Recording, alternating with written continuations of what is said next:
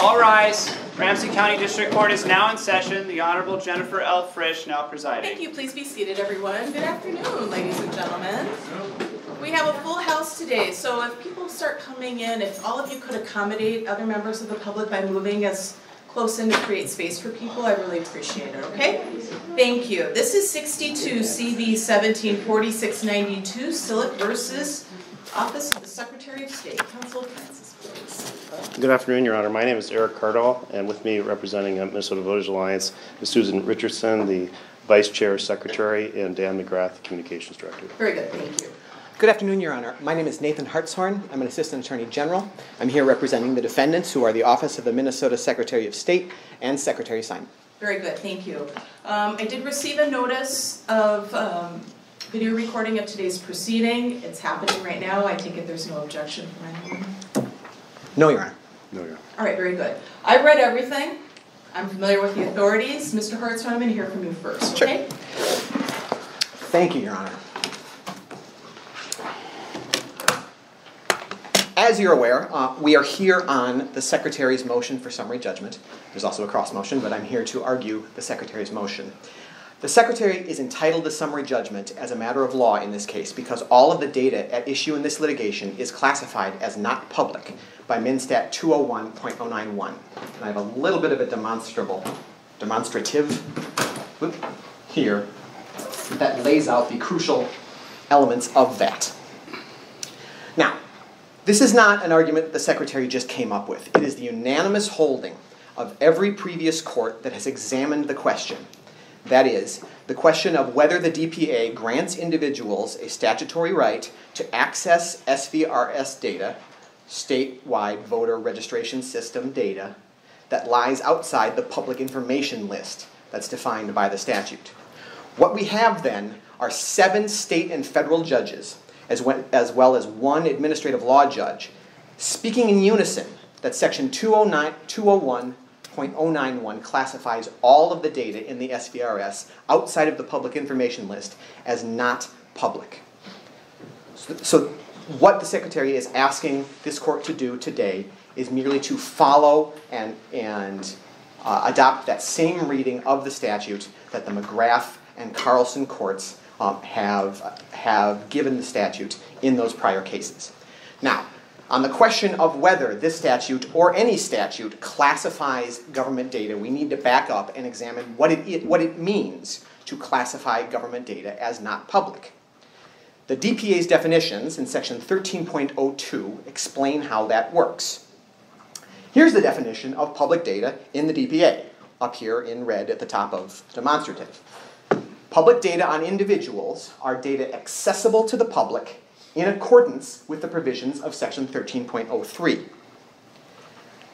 Classifying the data as not public mean placing restrictions on access to that data that make this definition false, that make it not true that the data are accessible to the public in accordance with the provisions of Section 13.03. Now, that immediately raises the question, what does it mean to be accessible to the public in accordance with 13.03? Well, 13.03 is a long section. The specific portion of it that deals directly with public access to government data is in Subdivision 3.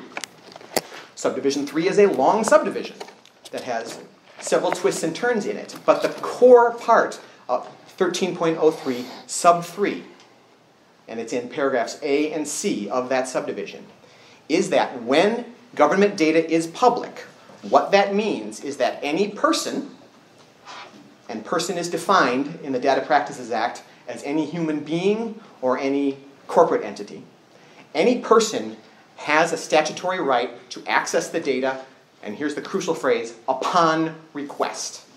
Upon request shows up in both paragraphs A and C in Subdivision 3 of 13.03. So, in order to classify data as not public, what you need is another statute that makes it not true that any person in the world can access that data merely upon request. So if you have another statute that says, oh, only certain people can access this data, that is a classification of not public. If you have a statute that says yeah, anybody can access this data, but before they do it, they have to jump through procedural hoops. Like they have to come to the government office and show identification, or they have to make out a written statement saying, I swear that I will not misuse these data. That is contrary to the provisions of Section 13.03. That makes those data not accessible to the public in accordance with 1303. Therefore, that statute makes this definition not true for those data. That statute makes those data not public. So that's how we know whether a particular provision of law classifies data as not public. We know it because it places restrictions on the data that are contrary to the requirements of 13.03, Subdivision 3, and the ones that matter the most in this case, and almost every case, are in paragraphs A and C. So, as all 7 of those state and federal judges and the 1 administrative law judge have all held, Section 201.091 classifies the SVRS data that was at issue in those cases, which is functionally identical to the SVRS data that is in controversy in this case, as not public. And these, what I have in the bottom half of the demonstrative here, are the 2 provisions of MnStat Section 201.091 that classify, in particular, the data that is in controversy here. The data that plaintiffs are arguing they have a statutory right to access, and the Secretary is arguing, no, they don't either. It's worth noting there are 2 other portions of this statute, 201.091, that are part of the classification of SVRS data that's in that statute. Those other 2 portions, they don't apply to the data in controversy in this case, but they do apply to other data in other cases, in other situations. And just to very quickly brush on those, the first of the 2 is the provisions in subdivisions 4 and 5 of the statute that place restrictions on access to the public information list. The public information list is slightly counterintuitively named in that under the terms of subdivisions 4 and 5, it is not the case that anyone can just walk in and get it. Subdivision 5 says the only kind of person who is entitled to ask the Secretary of State to provide a copy of the public information list and then has a statutory right to get it is a currently registered Minnesota voter. That's the only kind of person who has a statutory right to get the public information list from the Secretary. So that's one limitation that 4 and 5 put on the access to the public information list. Another limitation is the procedural hurdles that subdivision 4 and 5 says that anyone who wants the public information list has to clear. They have to come in and provide identification, and they have to provide a written statement saying, in slightly more specific terms than this, I will not misuse the data. Now, that is part of the statute's classification of SVRS data. However, it does not directly apply in this case because Mr. Silek, the plaintiff, is a registered Minnesota voter. And in the past, there has been no problem with him clearing those procedural hurdles. So, while that is part of the statute that does classify data and places restrictions that are inconsistent with the provisions of 13.03, nonetheless, it's not directly at issue in this case because Mr. Silek meets those requirements and the Secretary has had no objection to therefore providing him with the contents of the public information list. Finally, the final provision that does classify data within the statute but doesn't apply in this case is Subdivision 9. And everybody who has worked on this case in the room is in agreement that Subdivision 9 does classify certain kinds of SVRS data as not available for disclosure. That doesn't apply in this case because the plaintiffs adamantly assert, and the Secretary does not dispute it, that the data that they are looking for is not among the kinds of data whose disclosure is barred by Sub 9. So that was just a quick aside to mention the other portions of the statute that do classify data but don't directly apply here. Now to the ones that are directly on point here and were the focuses of the McGrath and the Carlson decisions.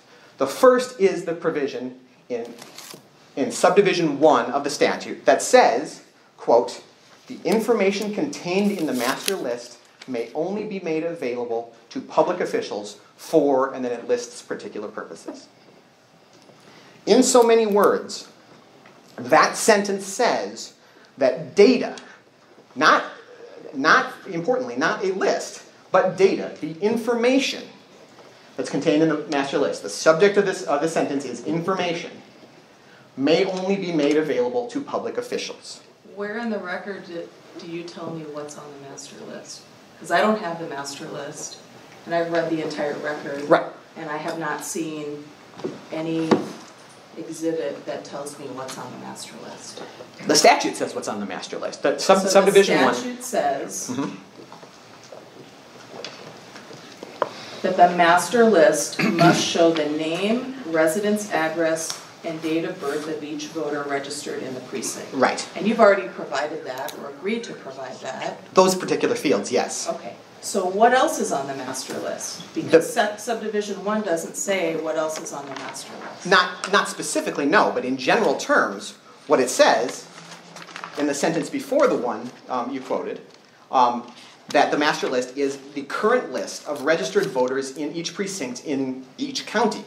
Okay, so what information, you're pointing to Right. a particular clause in subdivision 1. That's right. The information contained in the master list may only be made available to public officials. What is that information? It's the current list of registered voters in each precinct in the state. So what that means, Where's that in the record? That the master list actually contains that information? it's in subdivision 1. It's in the first sentence of subdivision 1. That the master list is defined by the first sentence of subdivision 1. I understand how the statute defines what the master list is.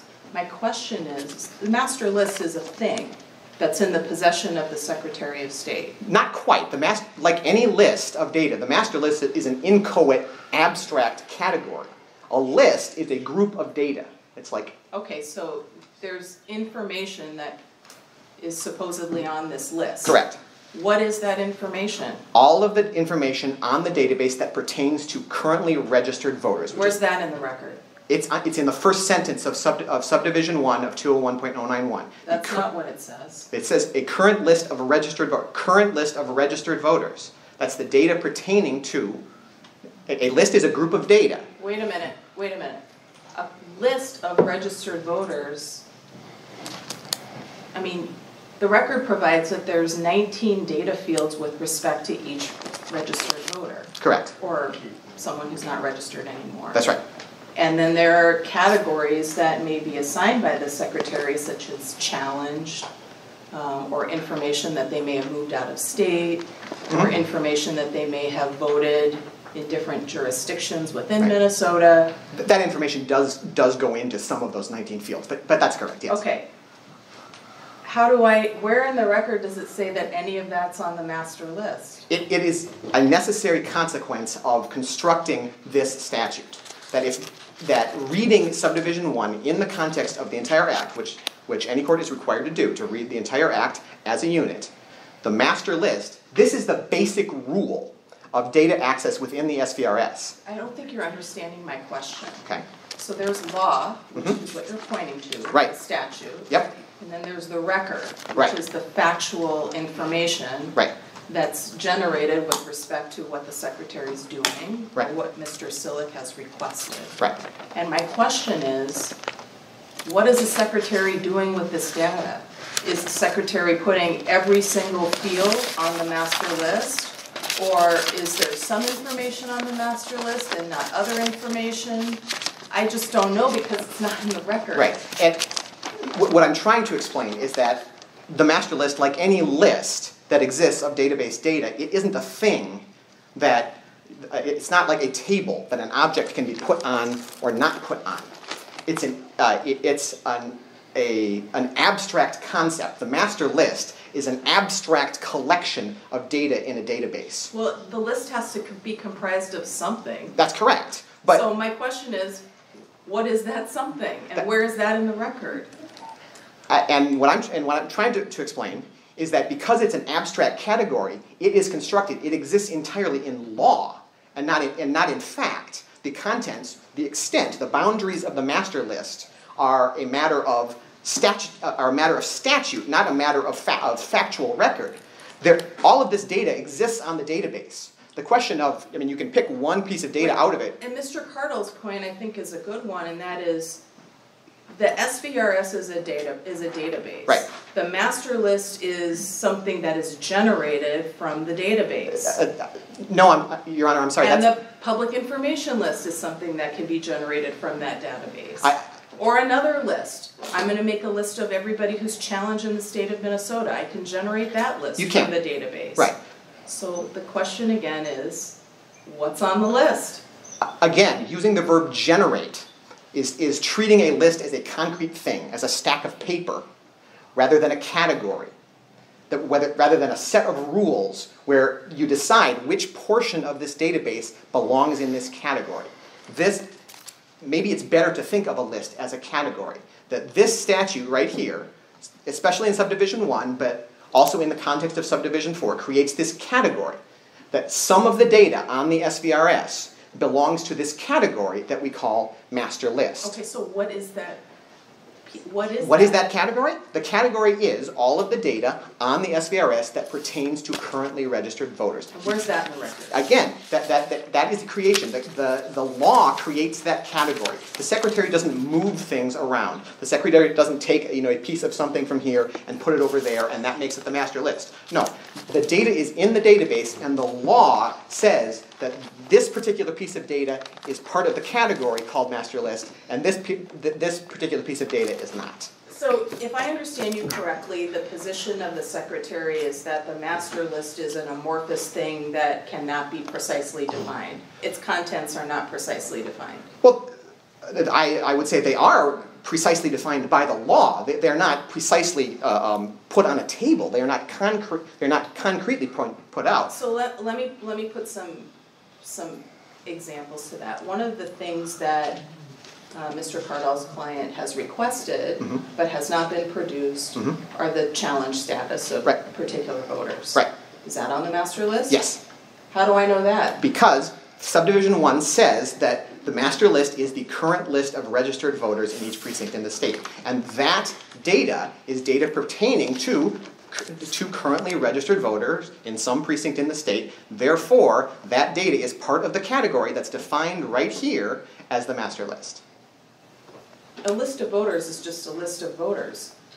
A list of classification of voters is not required to be on the master list under the statute. The problem with interpreting it that way is that the entire structure of how the statute works and makes some information available to the public and other information not available to the public falls apart. The public information list depends upon the master list being defined as more than just the specific minimum fields that are set out here. So you would agree with me that nothing in any piece of the factual record identifies what's on the master list? That's correct. Okay, go ahead. Because the master list is a creation of law and not fact. That's why.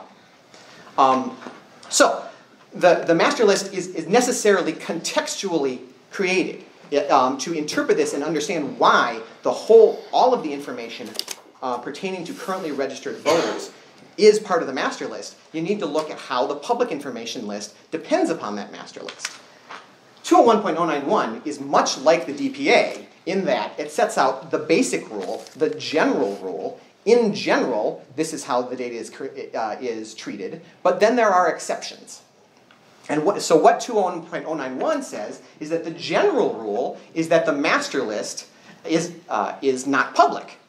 But there are exceptions, and the main one of those exceptions is the public information list. And so what the public information list says is that specific data fields are available to some members of the public under some circumstances.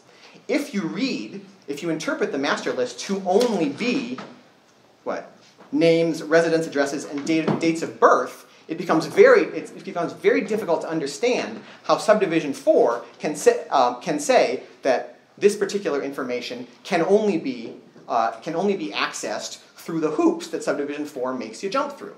Counsel, I'm going to have you slow down for the record, okay? Okay. Go ahead. All right. In any case, whatever is on, whatever deserves to be on, whatever the statute defines as being on the master list, is stated here in Subdivision 1 as not being susceptible to being made available to the public. Whatever the master list is, whatever is or is not on the master list, is classified right here as not public, or at least presumptively not public, because later provisions in the statute cut back at that. Now, Your Honor correctly identified a portion of the data that the plaintiffs are seeking that is part of the master list because it's data pertaining to currently registered voters. The thing is, of these two provisions in 201.091, the second one is vastly more important to this case because the portion of the data that's in controversy that is part of the master list, which is to say, the portion of the data that they've asked for but haven't gotten that pertains to currently registered voters is very small. Earlier today I did some back-of-the-envelope calculation. I figure it's about a quarter of the entire quantity of data they're looking for. Only a quarter of it is data pertaining to currently registered voters. And that's because the vast majority of the data they want on currently registered voters is on the public information list, and they can get it, and there's no controversy. The only portion of the master list that is in controversy is the stuff that's outside the public information list. And that's a small minority of the data that's at issue in this case. So Subdivision 1 of the statute, it only classifies a small portion of the data in controversy in this case as not public. Subdivision 4 is far more consequential and matters a lot more to the outcome of this case because it covers every single thing they're asking for, or at least that's in controversy here. It covers all of the information in the SVRS that's not on the public information list, on its face. That's what it applies to.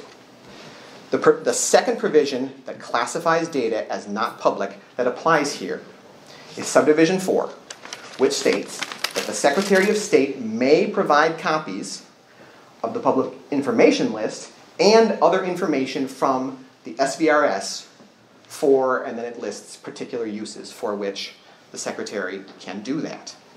Now, as we've explained and provided a relatively long line of precedent, anytime a Minnesota statute says Administrative Officer X may take action Y, what that means, as courts have unanimously held, is that the legislature is saying Administrative Officer X has discretion to take action Y or not to take action Y. This formulation always and necessarily gives an executive official discretion to do what the sentence contemplates. And that's what this does too. And the federal courts, district and appellate courts, in the Carlson case, squarely held that, directly held that in contravention to the IPAD decision that plaintiffs rely on. They rejected the legal analysis in the IPAD decision in crucial part because this statute gives the Secretary the discretion, explicitly gives the Secretary the discretion to disclose or not to disclose every single piece of data that is in controversy in this case. Now, to back up just a little to talk about the Carlson case and specifically the initial ruling in that case, the district court's ruling in that case came from Judge Michael Davis, who was, at that time, the chief judge of the Minnesota Federal District. Prior to becoming a federal district court judge, he was a Hennepin County state district court judge for 10 years. He knows the DPA very well. He knows Minnesota statutory interpretation very well. And that's demonstrated in Judge Davis's decision in the Carlson case. And so what the question in that case was really whether emails are required to be on the public information list. And his holding is that the public information list is a creature of statute, and it defines what's on the public information list, and emails are not on the public information list according to Subdivision 4 of 201.091. That's his holding. I have it right in front of me. Right, that's one of the holdings in the case. Indeed. That there are a whole lot of other issues raised in that case, some of which have nothing to do with 201.091, but at least one of which very much does have to do with 201.091, because in that case, because in that case, Mr. Carlson explicitly argued, just like plaintiffs are doing here, that the DPA gave him a statutory right to access the data on the public information list. That may have been his argument, counsel, but that was not the holding, or that's not the holding that Davis reached in Carlson. That what, in fact, Your Honor, I'm sorry? Be careful when you're characterizing the holding. I have it right in front of me. I understand. I have the case here as well. And if you'll look at it's in the middle of start page 954. The last line before subsection B, existence of a protected property right under Minnesota statute. That final sentence is, the court rejects Carlson's assertion that Minnesota law provides him a right to possess the email addresses. Previously, a little earlier in the case, talking about prior filings in this multi-level litigation that Mr. Carlson was conducting. So this is now back on page 949. If you have the Westlaw. Just a minute. Sure.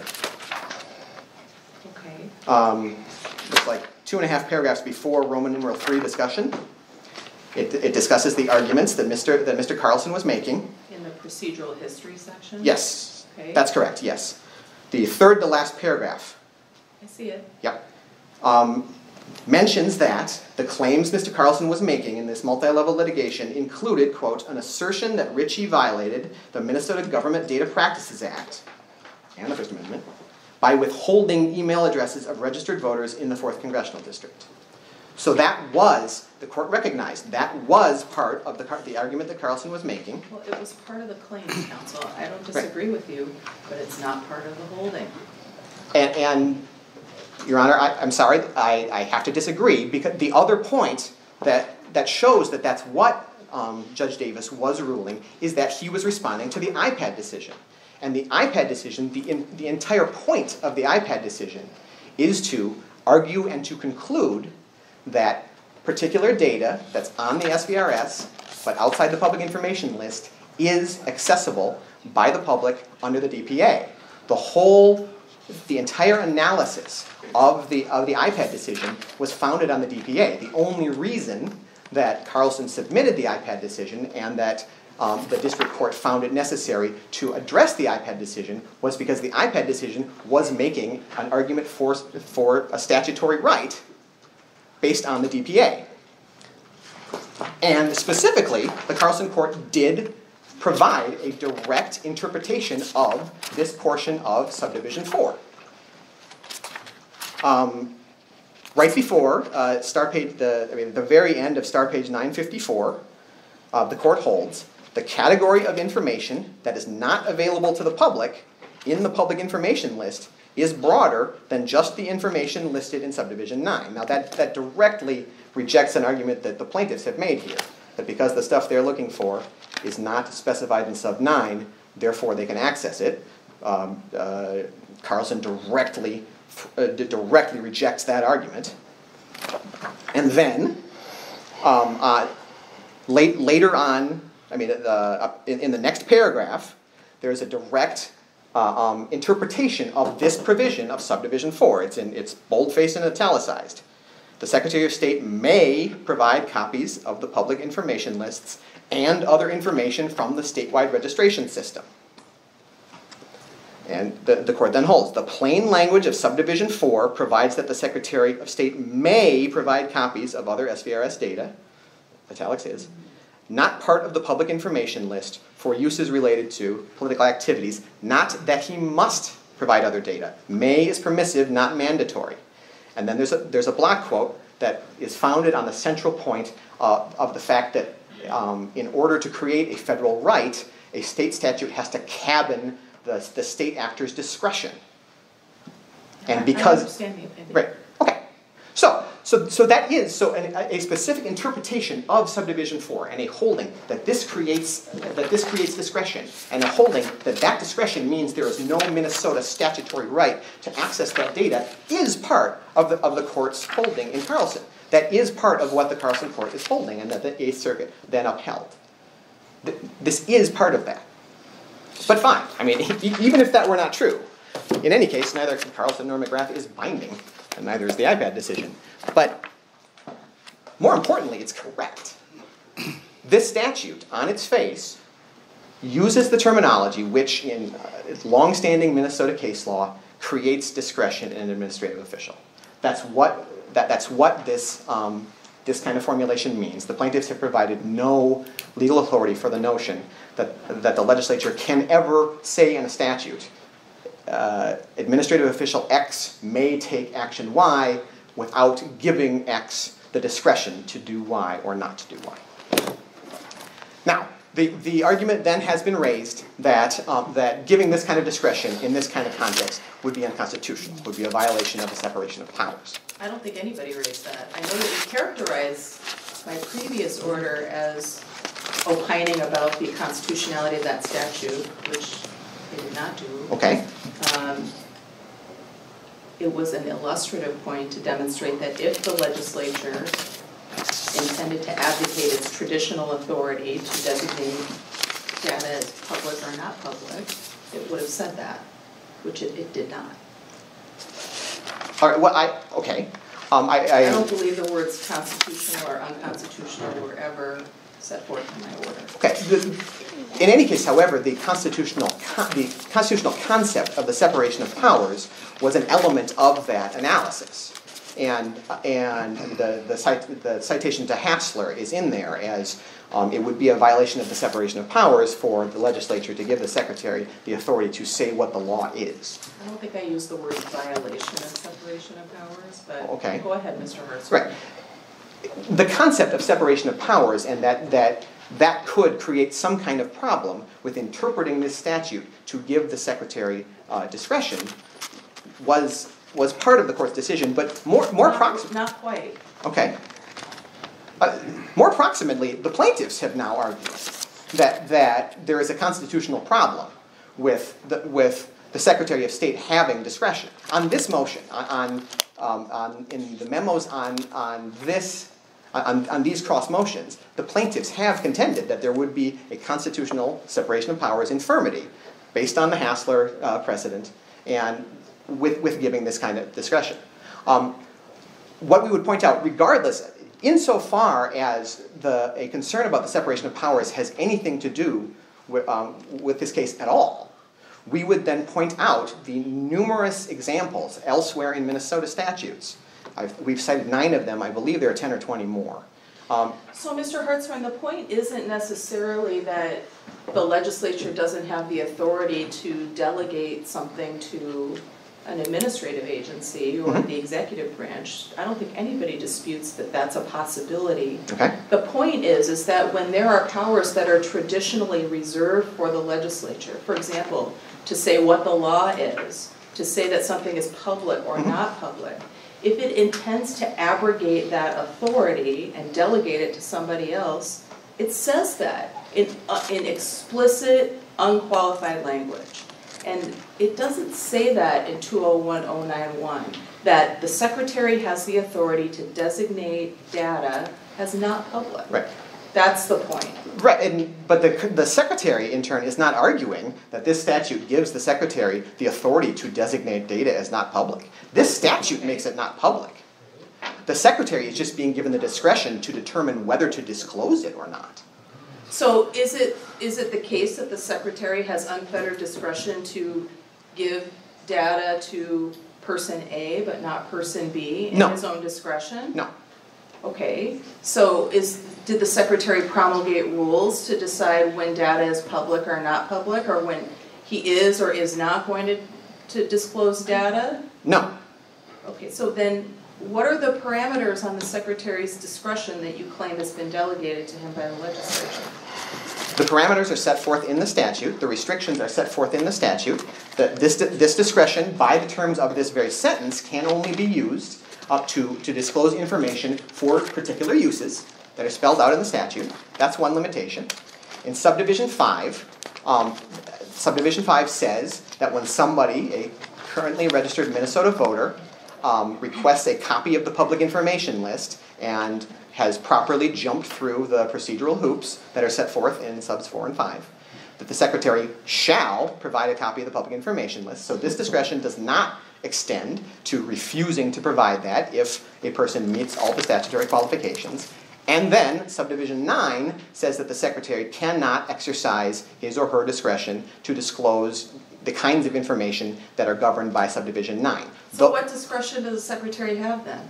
If you say that everything is governed by Subdivision 5 and Subdivision 9, then when does the Secretary have a choice? That's discretion, right? Yes. He gets to make a choice. Indeed. So what are the parameters of the choice? I named 3 limitations which I think aren't as extensive as the court has understood. Those limitations don't say that everything is required to go, just the public information list. Subdivisions 4 and 5. Subdivision 4 says the Secretary of State, that's when we're reading your demonstrative exhibit. Right. The Secretary of State may provide copies of the public information list and other information from the statewide registration system for the enumerated uses set forth in the statute. Right.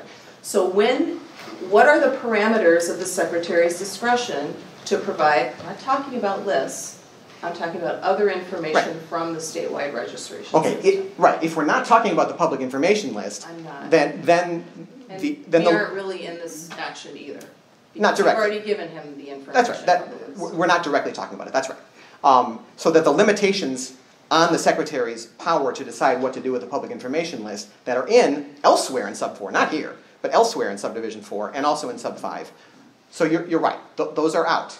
But the limitation here for specific uses, that's one limitation. Your Honor has asked about parameters. That's one of the parameters.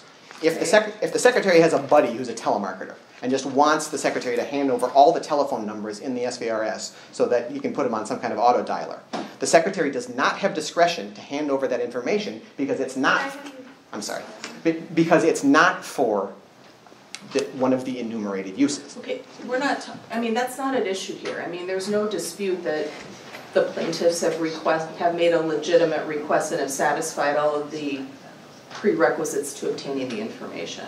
At least you haven't identified that as a hurdle here. You're just claiming that the substantive categories that are being requested by the plaintiffs are not public. So the question is assuming that they've met all of the other statutory requirements for a request, what are the parameters of the Secretary's discretion? And I'm trying to answer in a complete fashion what the parameters are. I don't want the long explanation. Okay. I just want the answer. Other than the limitations that I've stated, the Secretary has discretion to make a determination whether or not to disclose that information or not. And what are the guidelines on? It's just whatever he decides. The guidelines are the legal standards for the exercise of state discretion. What guidelines? The Secretary, as you've said, has not promulgated any rules. That's right. So it's essentially whatever he decides.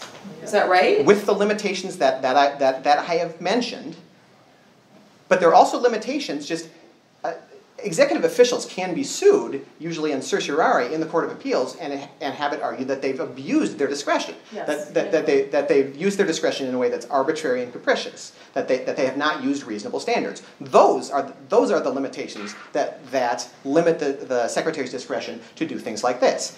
I would also point out in most, if not all, of the 9 statutes that we pointed to that also grant discretion to executive officials to decide whether or not to disclose data,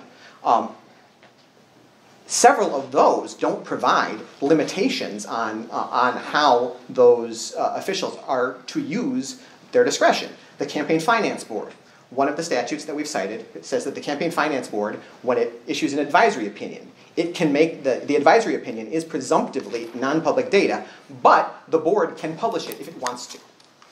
That statement of the board can do this contains no criteria. It contains no explanation, no substantive determination that the board is required to make in deciding whether or not to publish it or to retain it as non-public. So it's not at all out of character for the legislature to give discretion like this without putting specific criteria on that grant of discretion. I would also say the Secretary's argument is that this is an explicit grant of discretion. It's perhaps not an explicit grant of discretion to do what the court thinks we are arguing it does. And I think that goes back to a somewhat of a misunderstanding. You'd agree that the Secretary does not have the discretion to decide that certain data is not public? That's correct. Okay. This statute makes it not public, but because the disclosure of the data is subject to the Secretary's discretion, therefore the data is not public.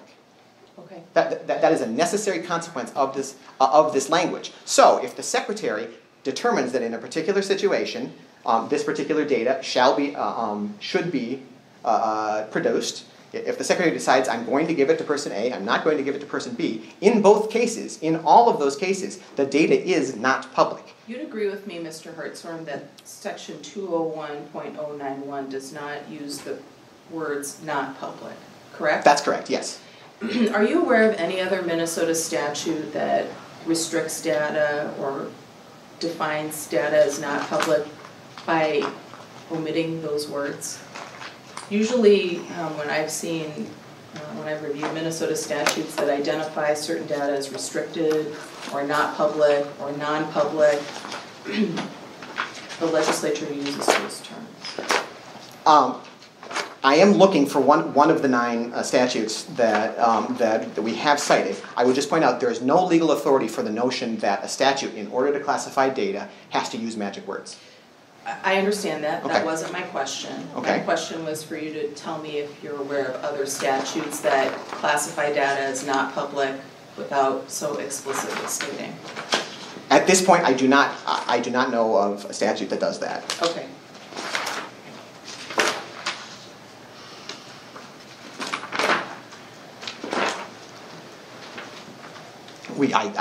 I suppose the Secretary would only submit that in order for that fact to be relevant legally to this case, the court would need to hold that magic words are required, and there isn't any legal authority for that proposition.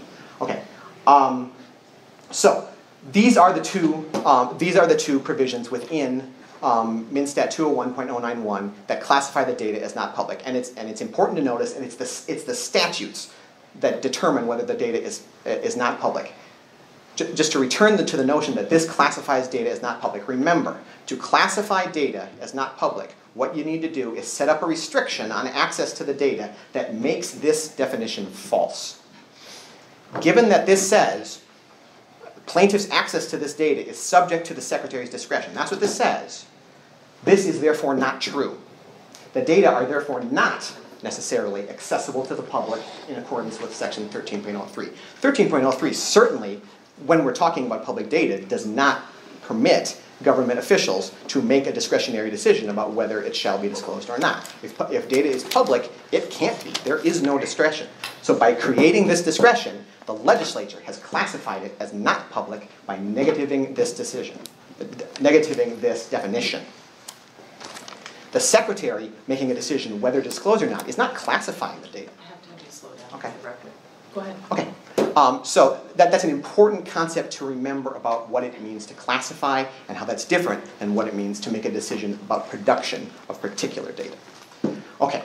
Now, those are, in effect, the affirmative reasons to hold that these two provisions classify the data that is at issue in this case as not public.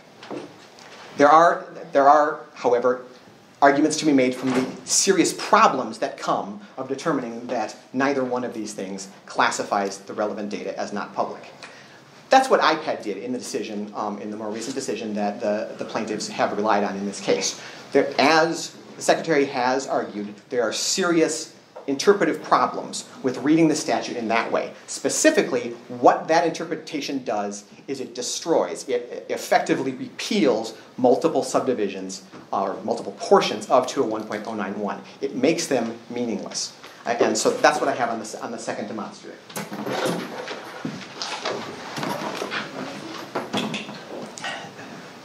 To back up to the underlying legal principle, a court interpreting a statute is required to the extent possible, to give meaning to every provision in the statute.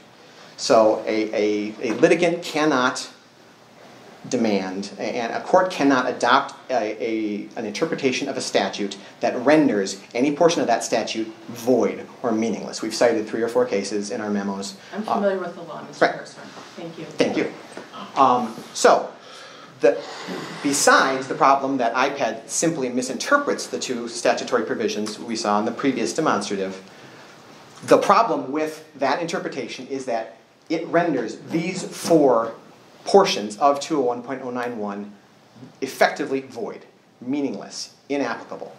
The first one is 201.091 sub 1, the very provision that we started the discussion about earlier. If IPAD's interpretation is correct, that this doesn't classify anything, well, in that case, this sentence doesn't mean anything. If the DPA gives members of the public an unbound right to access any SVRS data that they want, then the statement, the information contained in the master list may only be made available to public officials, is now false. That's never true. That is never a correct statement of the law.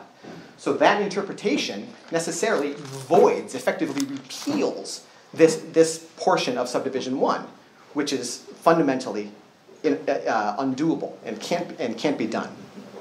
The second provision that causes huge problems here, and it's really the reason why the public information list does have some relevance to this case, is that if you interpret Subdivision or Section 201.091 in the manner in which IPAD does interpret it, the public information list becomes meaningless and useless. On its face, within sub 4 and sub 5, this statute creates hurdles. It creates restrictions that make it so that not just anybody can get the information on the public information list. But counsel, this statute was created as a result of a federal mandate. So the existence of the statute and the creation of the database and a public information list and a master list are required. So the statute serves an independent purpose beyond the language that you're pointing to here. Well, I'm not sure that it's true that every element of the statute exists because federal law requires it to exist. Certainly, federal law requires a public information list to exist, right? I'm not aware of such a federal law.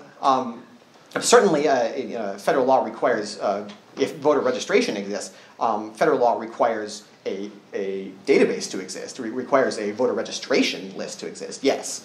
But a public information list, I'm not aware of a federal law that does that. I may be mistaken about that, okay. But I thought that it did. No, it is certainly true that HAVA, the Help America Vote Act, says that if a state does voter registration, then the state has to have a computerized database that's keeping the registration data of all currently registered voters. Okay. So to that extent, yes, the statute exists to some extent because federal law requires it. I'm not sure that that's true of the public information list. Okay. In any case, in order for the public information list to mean anything in Minnesota law, the restrictions on access to that list have to be applicable. They have to be something that actually get in anybody's way. And if neither of the provisions that in the first demonstrative, if neither of those blocks a Data Practices Act from accessing whatever data, SVRS data they'd like, then the public information list becomes meaningless. Because a fundamental part of the public information list is that it's only accessible to certain people. That's registered Minnesota voters, that's in Subdivision 5. And if you want access to it, you have to provide identification. You have to provide a written statement that says you're not going to misuse the data. The DPA does not permit government officials to place restrictions like that on access to public data. So if the entire SVRS is public data, those restrictions become... Just a second, you need to turn off your telephone all the way. I'll just remind everybody, if you have an electronic device in the courtroom, please turn it all the way off. Thank you. Go ahead, Mr. Hertzman. Thank you. Those restrictions are crucial to the existence and the purpose of the public information list. the legislature has made it clear they don't want stalkers, they don't want telemarketers getting their hands on this kind of data. But if all this data is public, there is nothing to stop the stalkers and there's nothing to stop the telemarketers. Therefore, the restrictions in the public information list have to matter. They have to have some kind of bite. And if the first two provisions we referenced don't block these kinds of DPA requests, then a DPA request can just be used to get around all of the restrictions on access to the public information list. The public information list becomes meaningless. And that amounts to a judicial repeal of the restrictions on access to the public information list. The third thing here really is a consequence of that. The final paragraph, and we talked about this in December, the final paragraph of Subdivision 4 gives people who are concerned for their safety a statutory right to have their information removed from the public information list.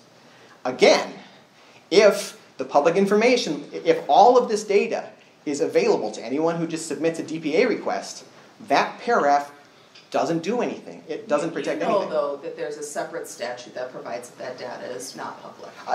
I'm sorry, Your Honor, that's not quite correct. You're referring to the Safe at Home program, which is also the Secretary's program. That has entirely different entrance criteria. The people who are program participants in the Safe at Home program have to provide substantially more information and have much bigger hurdles to cross before they are accepted as program participants in the Safe at Home program. Also, if a participant in the Safe at Home program discloses their home address in any particular context, they can therefore be thrown out of the program for having disclosed it.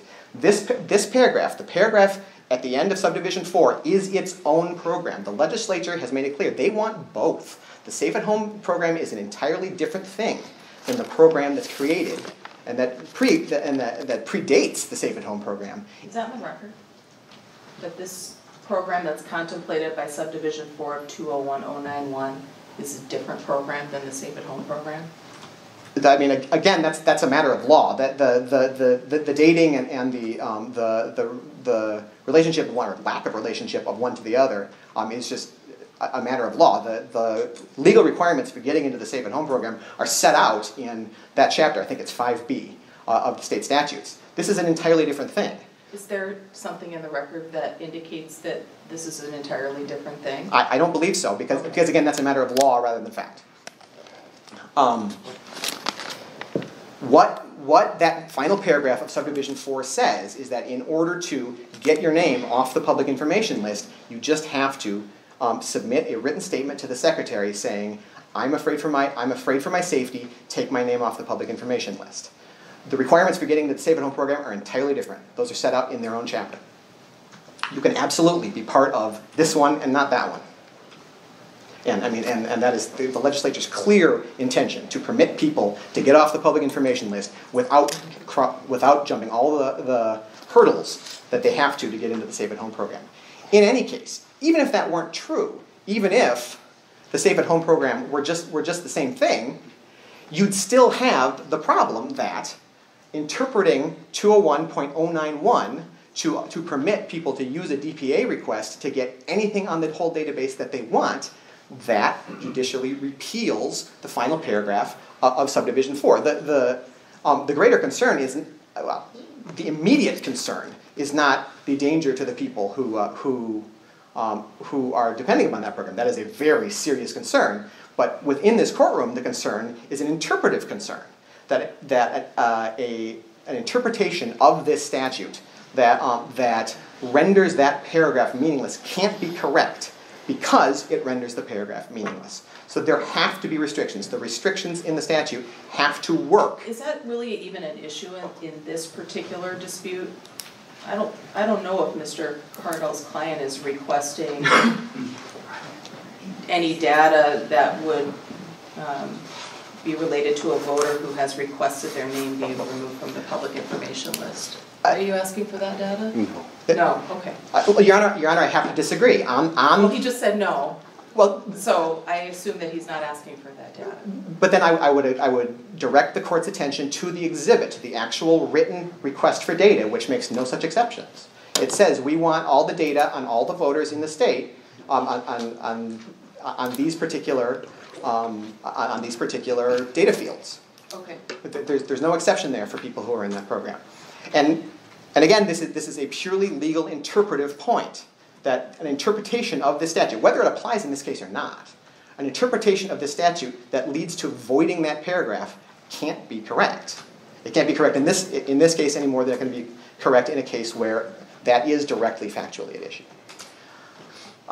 There is a fourth one here. That point involves entirely the meaning of list, which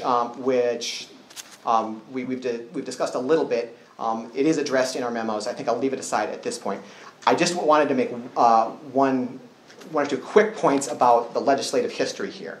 First, we've provided the Proctor case, which shows that even when you have a statute that was enacted a long time ago, contemporary legislative history that is post-enactment, that's long after the creation of the statute, is relevant, is something that the Court of Appeals can review in order to determine the meaning of an ambiguous statute. We'd also point out that the most noteworthy legislative history in this case is the attempt that plaintiffs' legislative allies in this case made to try to make a big portion of the data they're looking for right now explicitly public, specifically part of the public information list in 201.091. They tried in 2017 to put that on the public information list, and the legislative record demonstrates that both the proponents and the opponents of that legislation understood that the point of that legislation was to make this data, the central data they are interested in here, make it public where it hadn't been public before. That failed. The legislature voted that down.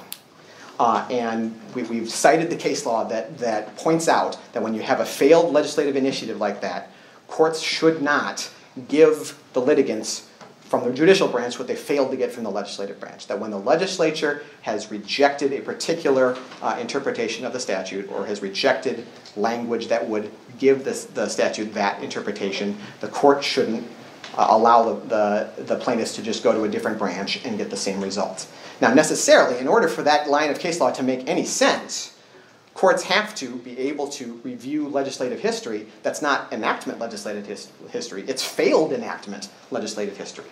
So necessarily, in order for that doctrine to work, that kind of legislative history has to be something that a court can review. One final thing, which was the relevance of the iPad decision to the legislative history. One of the holdings in this court's decision in December was that the iPad decision existed as of 2012, and since then the legislature has not changed the statute to somehow overrule the iPad decision. Again, the legislative history, the documentation that we provided specifically, well, really on both the 2016 and 2017 amendments, but most crucially the 17 amendment, shows that the legislature did not take into account iPad's interpretation of the law at all. Either, number one, they had no idea that the iPad decision existed. That's certainly possible. Or, number two, they knew that it existed and they recognized that it was just clearly wrong. They recognized that decision had fundamentally misconstrued the meanings of 201.091 that the legislature had passed and was now amending. All right, that's all I have in our case in chief. So I would ask that this court grant the Secretary's motion for summary judgment. In the alternative, we'd ask that the court certify a question, the two questions that we provided in our memos. Thank you, Your Honor. Thank you.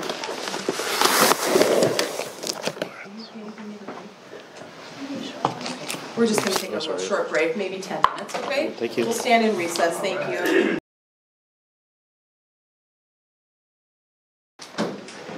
Mr. Carl? Thank you. May it please the court, I'm also arguing a summary judgment motion and resisting the Secretary of State's summary judgment motion. As the court knows, it's determining whether one party or the other is entitled to judgment as a matter of law, and any disputed material facts would prevent the court from entering judgment because a trial would be required. We don't believe there are any disputed material facts unless certain suppositions are accepted, and I'll try to point those out as we go through. I'm reminded of Associate Justice Louis Brandeis saying, if we want respect for the rule of law, the law must be made respectable. And that's hard work, and that's what we're doing today. But we can take some heart in the KSTP v. Metropolitan Council case decided by the Minnesota Supreme Court in 2016, because they showed how hard it is to take a generally applicable statute, the Minnesota Government Data Practices Act, and figure some of these things out. And there was a dissenting opinion there. But generally, as the court knows, the test is the Data Practices Act contains a statutory presumption that government data are public and are accessible by the public unless an exception applies. So today we're talking about whether an exception applies. And in this case, as the court knows, Mr. Seelig requested, and Minnesota Voters Alliance requested, information such as voter ID number, middle and last names, addresses, phone numbers, year of birth, voter history including ballot type, voter status, for example, active, inactive, deleted, challenged, the reason for the challenge or other status, for example, felon, address, etc., and all other data routinely provided in the public information CD. And then what Mr. Seelig did not request, and it's important for this case, what he didn't request any information list, master list, or public information list. The Secretary of State's position this afternoon has been basically that Mr. Seelig wants a master list or a public information list, and that wasn't the request in this case. Mr. Seelig did not ask for social security numbers, driver license numbers, or any other data classified as non-public or private by law. On August 1st, 2017, the Secretary of State... Just a second, Mr. Pardo. You'd agree that the data practices request, Mr. Seelig is not asking for restricted data as defined in Subdivision 9 of 201091, right? That's correct, as I stated before. And then he's not requesting any data from a voter who may have signed a statement to withhold their name from the public information list because of safety concerns of the voter. That's correct, and there's a Safe Home Act too. I'm not requesting for those either. All right. And so those would be the general exceptions to the request that Mr. Seelig is making. That's right, and that's what I'm trying to reference anyway. Okay. And then then with respect to what was provided, it was the Secretary of State said you can have the voter name, voter address, year of birth, some voter history, some information on the voting districts in which the voter resides, and the telephone number, but everything else was refused. So that was the genesis of the conflict. Now, my client was surprised that this occurred because the Secretary of State has a duty to maintain the database under Statute 201.022 Subdivision 1. It says the Secretary of State shall maintain a statewide voter registration system to facilitate voter registration and to provide a central database containing voter registration information from around the state. So the Secretary of State has not only the duty to maintain it, but it's to maintain it for purposes of facilitating voter registration and to have a central database containing the voter registration information. So it's against this backdrop that we look at the Secretary of State's own policy that was in the Secretary of State Data Practices Policy for Data Subjects, October 1, 2014, cited at page 21 of our opening brief. The Government Data Practices Act presumes that all government data is public unless a state or federal law says that the data are not public. Data about you are classified by state law as public, private, or confidential. 1. Public data. We must give public data to anyone who asks. It does not matter who is asking for the data or why. So that's why we were surprised when the Secretary of State filed a motion to dismiss. Part of the brief said the SVRS data lies outside the ambit of the DPA, the Data Practices Act. So if you have a policy that you're going to comply with the Data Practices Act, then the public's going to be surprised when you don't comply. Now, the reason why the Minnesota Voters Alliance wants the requested data, as I mentioned in the earlier hearing, is to confirm validity of prior elections, to improve election integrity, including addressing inactive voters and their registration, including on election day registration, All these issues have been confirmed by a Legislative Auditor report. There are issues with Minnesota's election system. We know that the Secretary of State did not cooperate with a federal effort to ensure election integrity. That concerns us. Finally, we want additional information is required so we can verify and validate prior elections and election rules that are being applied. So the Secretary of State has, in response to our request, because we have our purposes, the Secretary of State has his purposes, the Secretary of State has withheld information based on a statute reclassifying the data as non-public. So either, there's a rule of law issue here. The Secretary of State thinks that they're following the law. There might be some more Machiavellian reasons which we are concerned about, particularly with respect to unbridled discretion claimed. We don't know. But we do know this, that the court has the test in KSTP that the legality of the Secretary of State's withholding of the public data turns on whether a legal exception applies. And that is whether a statute exists reclassifying the public data as non-public. So it all comes down to 201.091, reclassifying the public data as non-public. And we do have this chart the Secretary of State provided, and I think it's useful in the first instance, addressing what that statute is trying to do. And recall that we're pointed towards 201.091 by the DPA's 13.607, Subdivision 6, which says, registered voter lists. Access to registered voter lists is governed by section 201.091. So, in the first instance, in Subdivision 6 of 13.607, it doesn't mention the Secretary of State. So that's important, because we know the Secretary of State has acknowledged the Secretary of State is bound by the DPA, Chapter 13.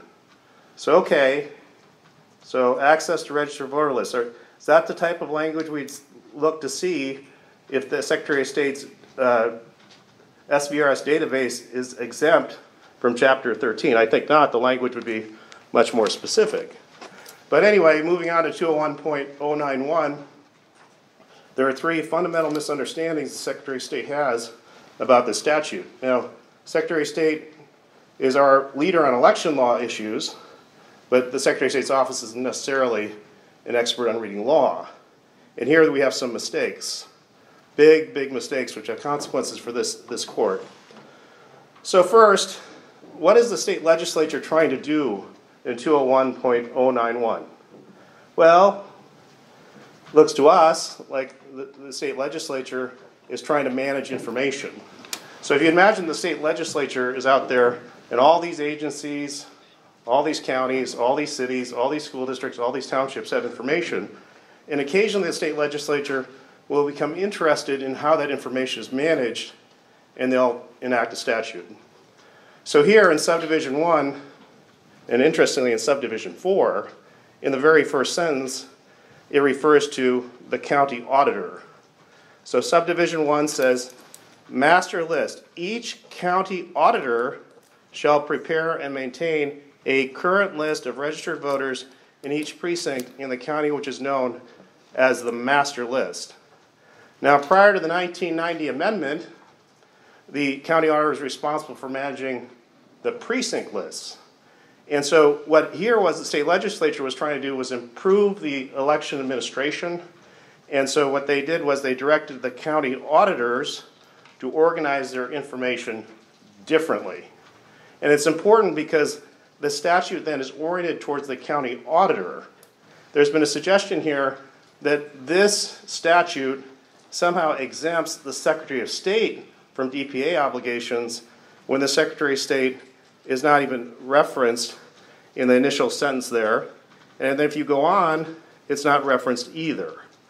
The first time the Secretary of State is referenced is in Subdivision 2, where it says, by February 15 of each year, the Secretary of State shall prepare the master list for each county auditor. Then it goes on, otherwise it's periodically corrected by the county auditor. So the Secretary of State will go into the master list annually and do corrections, but ultimately, periodically, it's the county's responsibility to manage the master list for each county, which raises the issue of how many master lists there are. And of course, the answer is 87, not 1. Subdivision 4 is the public information list, and that again directs the county auditor shall make available for inspection a public information list which must contain the name, address, and so forth. So again, it's a direction to the county auditor, and we do have references as up here, Subdivision 4, the last sentence, and that's important to note. But again, when you look at the last sentence, the Secretary of State may provide copies of the public information lists. So that sounds like concurrent authority. So the concurrent authority is the county auditor shall make available them, and the Secretary of State may provide copies of the public information list. So that's concurrent authority to produce the information. Then it goes on in other information from the statewide registration system. But my point here in the first fundamental misunderstanding of the Secretary of State's office is that this statute is not directed to the Secretary of State at all, but directed to the county auditors. And this is why it's important when we look at cases like KSTP to sort of slow down and do the necessary statutory interpretation, because we don't want the tail wagging the dog in the sense, the statutory interpretation should be based on what the state legislature intended, and then you come back with the generally applicable DPA and you kind of figure it out. But in this particular statute, it has very little to do with the Secretary of State, and has a great deal to do with what the county auditor does. So is it the case that each county auditor in all 87 counties has the discretion to compile whatever it wants on the master list, as long as it has the statutory minimum information of name, residence address, and date of birth for each voter in the precinct? They take the information off the VRA, the application for voter registration. But we don't know what else beyond those three things is on each individual master list. True? For example, right. We don't know if any of these master lists identify voters' status, challenged, active, inactive, deceased, etc. The precinct lists, the precinct rosters will have that information, but the master lists are defined as name, residence address, and date of birth of each year registered in the precinct. Right. I mean, Mr. Hartshorn seems to indicate that there's all of the 19 data fields are on each master list. No, they are not. Okay. The master list is understood to be that information. So the question that I have from Mr. Hartshorn is about the record in the case, and we don't have any record about what's on any of the master lists. True? Other than these statutory minimum requirements. Name, that's all we have. Okay. Yeah. But there is a difference factually here in that with respect to Subdivision 1, each county auditor shall prepare and maintain a current list. So that's referring to the 87 master lists, not the one master list. Because the position of the state has been that that there's one master list and it's the same thing as the SVRS, but it's not. They're maintained separately. The 87 master lists are managed by the county auditors.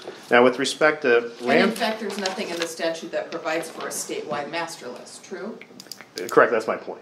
Right. And so then, with respect to Ramsey County, the reason why the statute was important, that Ramsey County had 169 precinct lists that would be managed by the county auditor, and that was reduced to one master list.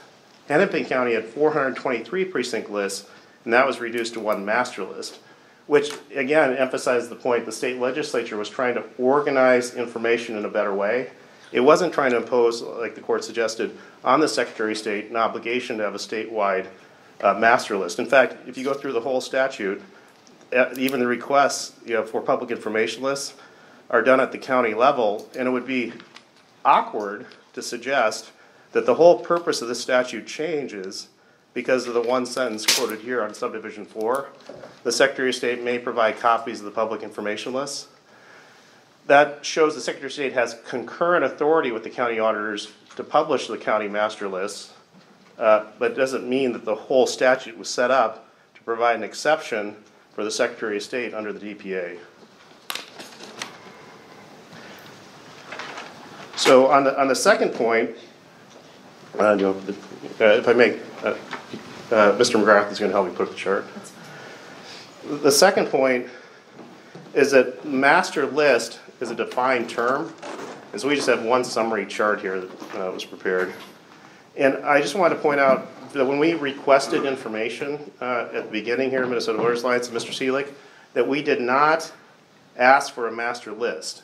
So the master list is, in our view, irrelevant to the data dispute. The master list is derived from voter registration applications, not from the SVRS. The statute directs the county auditors, not the secretary. And Subdivision 1 does not control other information in the SVRS. So what's different between the master list and what we're looking for? The master list is limited to name, address, and date of birth. If we had wanted those things, we would have requested a master list. But instead we wanted these other things that are available in the SVRS database. Voter status reason, voter status history, voter status change reason.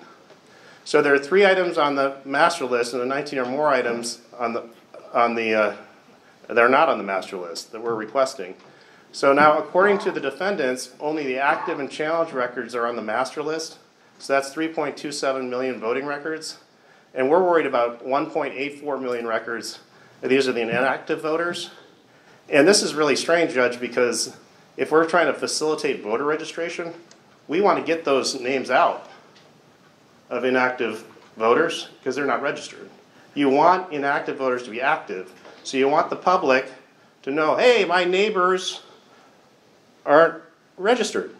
And why would there be a system set up where the public couldn't get access to people who've gone inactive? The government doesn't operate in a vacuum. It's the public in the end, through individual efforts in the government, who encourage people to get registered. So according to 201.091, defendant's definition of registered voters, the master list does not contain the voter status data items that are in dispute, and the master list does not contain the inactive records that are in dispute. So that's the logical argument they've come up with registered voters. Then finally, the disputed data items, the voter status, are government data because they are created and defined by election officials. They're used internally for election system purposes. They're not provided to election officials by the individual, and they're generally unknown to and never used by the individual. I want to say that this point about the master list goes together with the county auditor point. So if the county auditors are going to be given a job by the state legislature, they need to know what it is. I mean, they're, after all, very busy people. So when they're given these instructions, look, it's your responsibility, the master list and the public information list. And then there are a few restrictions, like in Subdivision 9 and the ones you mentioned, Judge. You bet that county auditor is going to pay attention. And we know the county auditor is going to pay attention. And we would expect when the Secretary of State under the DPA issues information to us, that the Secretary of State would pay attention to those limitations too. But it doesn't mean the Secretary of State can point at 201.091, which is directed to county auditors in the master list, and say we don't have any responsibility regarding the SVRS data. It doesn't make sense. Those other cases, for example, the McGrath case was a request for the master list. And the other, the Carlson case was a request for emails. In the Carlson case, the plaintiff was represented pro se, the citizen. In the 2016 case that you cite, KSTP, it shows a renewed reinvigoration of this idea we got to get these things right. Now, the only subject area, Your Honor, this will provide you with little comfort, that where you have all this generally applicable law being applied to specific laws and back and forth, are American Indian cases because of the tribal law, the generally applicable laws. It's tough work. It's really tough because often two arguments can be made, but I don't think in this situation that the arguments the Secretary of State is making are well-founded. I think that the statutes aren't clear as they're being presented by the Secretary of State. The Secretary of State's policy is it's bound by Chapter 13, then it comes into court and says, except for the SVRS. And so we need to see, a statement in the statute that DPA does not apply to the SVRS. And then they'd have something to start with. But instead, they're working on the state legislature's directions to the county auditor regarding master lists. And then they're using the sentence at the end of Subdivision 4 and saying somehow, when it says may provide, that means this gets the Secretary of State outside its obligations under the DPA, but that actually is just expressing the most natural reading is concurrent authority to publish the public information list the county auditor is doing. It wouldn't mean anything more. Even if somehow our request got pigeonholed into 201.091, we still would say Chapter 13 applies, because it says here that the Secretary of State may provide other information for the statewide registration system for uses related to elections, political activities. Well, that's us. We're interested in election law. We're interested in political activities. So even if it did apply, we're concerned about the Is that the response to the Secretary's position about telemarketers? That, I mean, it seems to me that one of the purposes of the restrictions in 201.091 is so that individuals who are requesting voter data are using it for a proper purpose and not to be used to potentially harass individuals who choose to exercise their right to vote, such as potentially telemarketers. And so is that a restriction on access to data in the statute? With respect to the public information list, yes, but we don't believe it's a restriction on the Secretary of State regarding producing information under the DPA. Otherwise, we'd find that restriction there. So what if a telemarketer made a DPA request to the Secretary of State for the same data that your client is requesting? Would that be something that the Secretary would be compelled to disclose? Yes, because the DPA doesn't have a restriction in that regard. But does 201.091 have a restriction? Because it does provide, I think as Mr. Hartshorn says, a restriction on a proper purpose to access the data. You have to have an identified purpose. And I agree that your clients have set forth an identified purpose within the meaning of the statute. Right. I would say, again, it's one of those tough statutory interpretive questions, and so I don't want to get caught down in my alternative argument. But my alternative argument would be, yes, if all these requests have to go through 201.091, then that's a fair question to ask if that applies. Our view is that we can make a DPA request that's not asking for a master list or a public information list, and then that requirement would apply. Okay. So, I think that I discussed Carlson briefly, McGrath. On the KSTP-TV, it's very interesting, Justice Strauss. They really looked closely at those statutes in that case. And I thought what was interesting was the discussion of single-purpose and multi-purpose readings, and that there will be instances where the government has data and uses the data for multiple purposes. But if there's a single purpose, then the court should look to that closely. It should vet the purposes, basically, to see what's actually going on. In that case, it was video recordings of incidences on buses, and the question was, is that public data or is that private data related to employee personnel? And so there the court looked at that. And here, I think, Judge, when you just look simply at the statutory purpose for the statewide voter registration list, I mean, and maybe I'm being too simplistic, but it's to register voters so they can vote. So you take eligible people, you get them registered, and then they vote. If we don't get everyone registered, then they won't be able to vote. And so when you look at 1.84 million records, inactive and deceased, being withheld from the public, you're saying, what the heck is going on? Because what should be happening is the Secretary of State should want to get that information out to people who request it so that they can get everyone registered. So our concern about the discretion is, at least as I hear it, in the deposition I didn't get really a square answer, is this information, which could be put on a memory stick, being given to this political group or that political group? And we really didn't get a square answer on that, and it's a danger that we have. The reason you want to make everything transparent and available to everyone is so then there isn't that temptation. Because that would be a big temptation to give the information to your friends so they can have get out to vote efforts for inactive voters. And what if the other thing is, what if your side doesn't have any money, but the other side has money for get out to vote efforts? Then the temptation would be not to disclose that information because you can't do the get out to vote and register efforts because you don't have the information. So there may even be a political reason to omit that from the disclosures. And that's a concern that we have. Now, with respect to the question to be certified, there was a dispute in our office.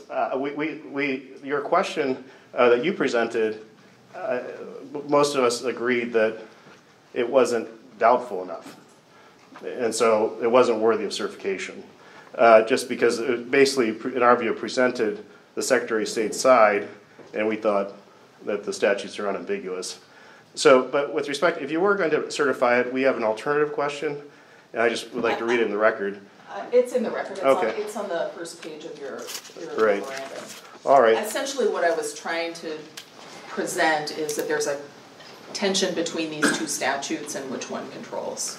Right, and so our response then is, although it's an important question, particularly important to Minnesota voters' lines, it's not doubtful because... I think both of you claim it's not doubtful for various different reasons. Right. I understand. Yeah, but just to finish, the statute 201.091 was never intended to create an exception for the Secretary of State with respect to DPA obligations to the SVRS data. And if it was intended to do that, then it would have said that. Instead, what it says is, hey, county auditors, we're going to organize not by precinct list, but by master list. Secretary of State, once a year you have to update, otherwise it's the county auditor's responsibility. Oh, and county auditors, you've got to make these public information lists available. Oh, Secretary of State, you'll have concurrent authority to make the public information lists available. And if there's any doubt with respect to other obligations, you may produce that information too. And I think the emphasis on may, what the Secretary of State would need would be something like may not or shall not. When it says may produce this other information in the SVRS, it's completely consistent with the DPA, which creates legal obligations for the Secretary of State to do so. Thank you, Your Honor. Thank you. Mr. Hartshorn? I just have a few minutes. I don't think it should take long. I suppose just the first point is the distinction between one master list and 87 master lists. And say the same thing about the public information list. I don't think the Secretary has any problem with any side of that. Saying that there are 87 master lists and 87 public information lists, that's fine. The statute can be read that way, and it doesn't change the legal outcome of any of the issues in this case. So if it would be more appropriate to refer to the Secretary's authority to have discretion regarding master lists, plural, and public information lists, plural, that's fine. The case still comes out the same way. With regard to the contents of the master list, just one minor point I would make is that Subdivision 2 at least provides a hint on the extent of the master list, because it makes it clear that county election officials need the master list. They need the updated master list. The last two sentences of Sub 2 make it clear that counties need those updated master lists in order to conduct the election. If the master list were limited to just the three fields that are mentioned as the minimum contents in Sub 1, that's definitely not enough information for a county election office to conduct an election. They at least need to know the registration status of these voters. They need to know what, if any, grounds there are to any challenge. And they need to know whether voters are active or inactive. So the master list has to include more than just those fields that are specified in Subdivision 1 in order to do the work that's specified in Sub 2. Now, and the Secretary's submission is that, especially in keeping with the first sentence of Sub 1, what that makes clear is that it's the entire universe of information pertaining to currently registered voters. Now, plaintiffs have argued both in writing and here that the Secretary is claiming it's the whole SVRS. That's not true. It's about 60% of the SVRS right now. It's the records that pertain to currently registered voters. It's not the records that pertain to everybody else. Okay, Mr. Cardall made a handful of references to the notion that the Secretary is claiming that the SVRS is outside the ambit of the DPA. There is a specific legal reason for that, because the DPA's general presumption crucially uses the word unless. If I say, I'm going to get on a train tonight to Seattle, unless the train breaks down on the way from Chicago before it gets here, and then the train breaks down, my statement is not that I'm going to get on a train to Seattle. Unless means, if the condition obtains, the independent clause never happens. That's how the general presumption of the DPA in both 13.01 and 13.03 is stated. Government data is presumed to be public unless there's a statute that classifies it otherwise. This statute classifies SVRS data as not public. Therefore, the DPA doesn't classify it at all. So when Mr. Cardall talks about reclassifying the data, reclassifying is not a thing in Minnesota law. Data gets classified, a specific piece of data in the hands of a specific agency in a specific context gets classified once. Either the DPA classifies it, perhaps as public by the basic presumption, or another statute can classify it as public or private or whatever. The existence of the classification in 201.091 means that the DPA doesn't classify it at all. That's what the word unless means. Okay, now an important concession in Mr. Cardall's arguments, he conceded that under the argument that they are making and under the interpretation of the Data Practices Act that they are putting forward here, a telemarketer can get the entire SVRS.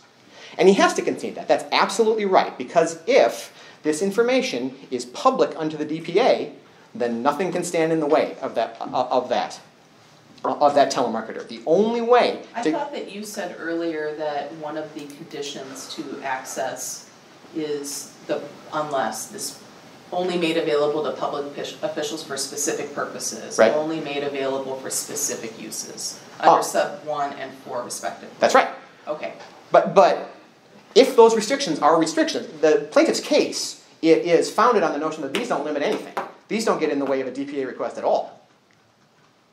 If those restrictions... I understand his position, but your position is that those two subdivisions do restrict access. That's right. To telemarketers. Yes. Okay. And necessarily, in order for that to be correct, in order for telemarketer access to be restricted, that necessarily requires that the data is not public. Otherwise, well, it necessarily requires that the data is to be used for a specific use. That's another condition. Sure. Okay. Yeah. So the telemarketer use, just by way of an example, is not a specific use enumerated in the statute. That's absolutely correct. And in order for that to matter, in order for that to make any difference, 201.091 has to be classifying the data as not public. Otherwise, it can't possibly apply a restriction like that at all. So in order for that issue to matter at all, you first have to rule that this statute classifies that data as not public. Okay. Then, I mean, the only other thing is the policy argument that Mr. Cardall is making with regard to unequal application of this kind of discretion. In fact, I'm not aware that Secretary Simon has used this discretionary authority to give any data to anybody. Certainly there is no evidence on the record that any Secretary of State has made political distinctions about, regarding whom is allowed to get this kind of information. And so, I mean, that is a hypothesis that Mr. Cardall has. It's not reflected anywhere in the record. And to the extent that... The concern that I have isn't specific to any particular secretary, but just Sure. generally to one person holding that elected office, having unfettered discretion to do whatever he or she may want to do with this information. Right. And again, we'd point out there are three limitations on the discretion in the statute. Nonetheless, it is broad discretion. That's correct. But the proper response for that is to take it to the legislature, because the legislature has used the language that always and necessarily means discretion. And Mr. Cardall has said this is consistent with the secretary having concurrent authority to provide copies of public information lists. If you stop there, he's right. The secretary does have concurrent authority with county auditors to provide copies of public information lists. That's right. The statute makes that clear. But under the statute, the secretary also has authority. The county auditors do not. has discretionary authority to disclose or not to disclose other information from the statewide registration system. And that's not concurrent with county auditors. That is explicit. It is explicit discretionary authority. Now, Mr. Carter. So if Mr. Cardle submitted a DPA request to the Ramsey County Auditor asking for the same information, they have no discretion, right? The county auditor has no discretion afforded by the statute. Not that I know of. I haven't specifically analyzed this. I can't think of a provision in there that gives the county auditor discretion. Okay. But nonetheless, regardless of who is the recipient of that DPA request, this provision still says disclosure of other information from the statewide registration system is subject to the Secretary's discretion. So the Ramsey County response should be, I'm sorry, that data is classified as not public by this right here. The statute says that the Secretary of State, not the Ramsey County Auditor, but the Secretary of State has discretion to provide copies of other information from the statewide registration system. That is what... That's a very liberal reading of the statute. Well, that comes straight from the fundamental nature of what a classification is. Any legal provision that places restrictions on... I don't see any restriction on the county auditor to provide any information from the SVRS to anyone. Well, and perhaps that... statute. Well, perhaps that issue can then be taken up if and when these plaintiffs submit a DPA request like that to a county auditor. Nonetheless, this still does explicitly apply to, well, certainly in this case. You see why I'm concerned about that, because KST, well, I saw that, I mean, you made a face, but the Minnesota Supreme Court in 2016 held unequivocally that there's a single purpose reading of the Data Practices Act. Data is public or not public, it is not both.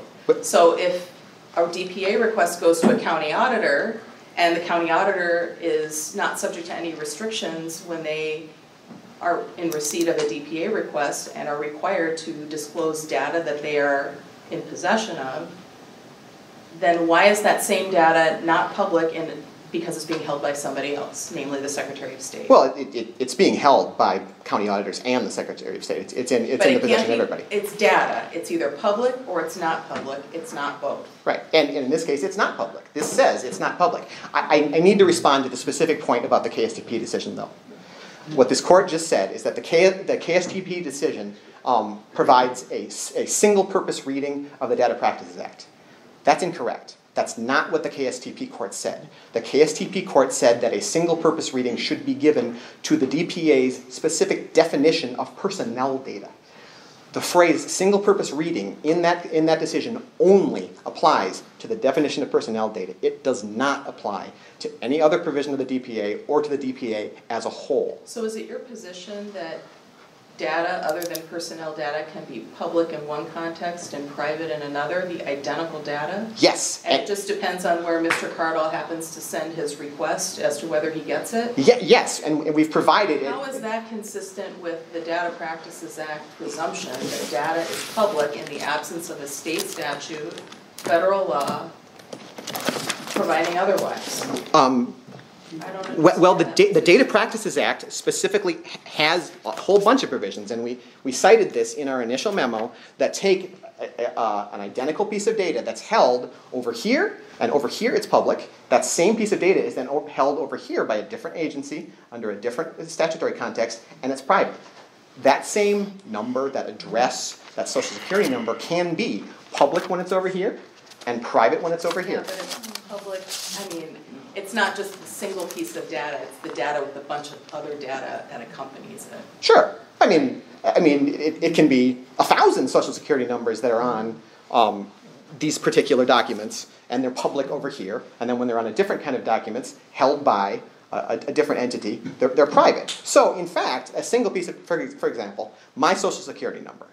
The statute within the DPA that applies to social security numbers, I think, I'd have to dig a little bit more to find it, but I believe it's, here it is, 13.355, yes, 13.355 there's a contrast in that statute between Subdivision 1, which says Social Security numbers are generally private, and Subdivision 2, which says, ooh, exception, Social Security numbers that appear in documents or records filed or recorded with the county recorder or registrar of titles. So if my Social Security number happens to be on a document that's filed with the county recorder of Ramsey County, my Social Security number, my nine digits, my 9 digits Social Security number is also on, let's say, my driver's license application with the Department of Public Safety. It's also, let's say, on my voter registration application with the Secretary of State. It's the same number, it's the same piece of data, and you could collect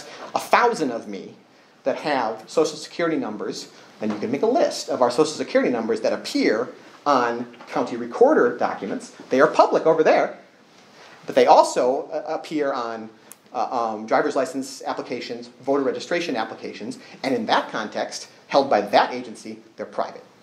So it's not unthinkable at all. It's not contrary to the policy of the DPA. I mean, to the contrary, the DPA in a bunch of sections explicitly provides for this, that the same piece of data, the same 9 digits, my Social Security number, can be public over here and private over here. That is the law in many, many different contexts. And that is one dispositive rebuttal to this idea that polling place rosters prove that this stuff has to be public as well. So, I believe that's all I've got in response to what Mr. Cardell said. Thank you very much, and I'll sit down. Mr. Cardell? Less than 1 minute, Your Honor. I think the Secretary of State has a right to come into court and take an important and doubtful position on a legal issue. And maybe it is good that you're the court's considering certifying the question, because the Secretary of State is a very important office, and we respect that. But we really believe their position is doubtful. We hope that the court understands in the first instance that the Chapter 13 obligations of the Secretary of State with respect to the SVRS are separate from the 201.091 protections. In the very first instance, the court should consider that, and if the court agrees with us, then the court can certify the question, and the Secretary of State will have a further day in court. Thank you, Your Honor. Thank you. Mr. Hartshorn, anything else? Well, I would just say I agree with that I think the parties are agreed that this would be a fit case for certification. That's the only substantive thing I had to say. Procedurally, I have 8.5 by 11 copies of the 2 demonstratives that I made. I'm wondering if the court and the plaintiffs would like those copies. I would. Why don't you give them to my court reporter, and she'll mark them as exhibits, and I'll receive them for purposes of the record, and we'll get them filed in. Great. Thank you, Your Honor. Anything else, counsel? No, Your Honor. All right, I'll take the matter under advisement and issue an order in due course. Thank you very much. Thank you. Appreciate the argument, everyone. That concludes the calendar. Court is adjourned.